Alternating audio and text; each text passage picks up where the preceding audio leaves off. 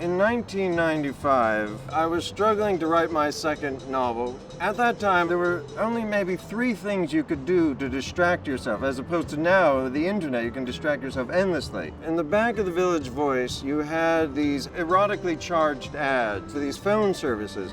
And the straight line was $3.99 a minute, and the gay line was 15 cents a minute. I was quite broke, and in this case, it paid to be open-minded. This one guy left a message that he wanted to meet someone in a hotel room and box while wearing underwear. And I thought, well, that's innocent enough. Hello?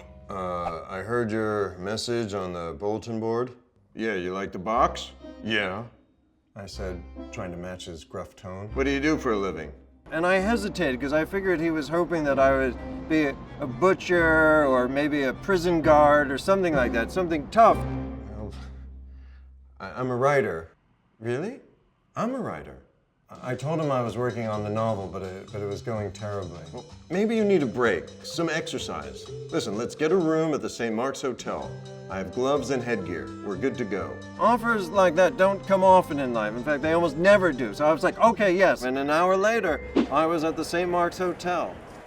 We were all set to box, and then out of nowhere, he proposes. Whoever loses has to, you know. And I said to him, listen, I'm just here for the boxing. And he was respectful of my boundaries, and then he hit me in the head. We start fighting, and he's just pounding me, hitting me all over the place. Out of nowhere, the fight took on a new level of intensity. I was in a boxing match in a hotel room. I mean, how did this happen? It's so unusual. I could sense that he was disappointed that I had set a boundary, but I think it helped his fighting because he was hitting me hard, perhaps hoping to knock some sense into me. Listen, kid, I know you're confused. I know you're a depressive, but you can fight better than this. I believe in you.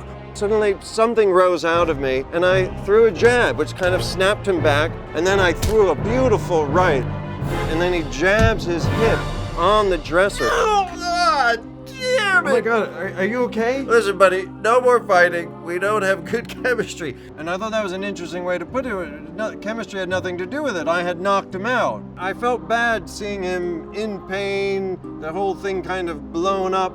But in the jungle of life, sometimes you have to look after yourself. So the best thing to do is just get dressed and get out of there. Well, look, good luck with your book. Yeah, good luck with your book too, buddy. It was nice meeting you.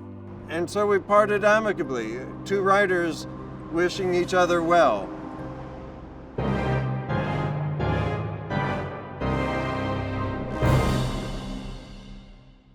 People are always asking me if I've ever had a New York moment.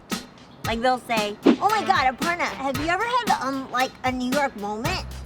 Well, one time I saw a black guy with a mohawk walk by a white guy with a mohawk, and they both high-fived. So I made a wish, because I know how miracles work.